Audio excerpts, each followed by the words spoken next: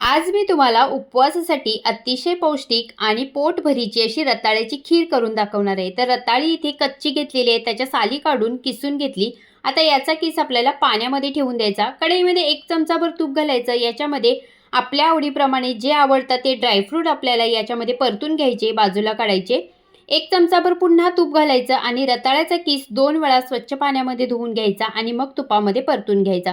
आता रताळ्याचा किस परतत आल्यानंतर याच्यामध्ये अर्धी वाटी भिजलेले साबुदाणे घालायचे. हे सुद्धा 2 मिनिटं याच्यासोबतच परतून घ्यायचे.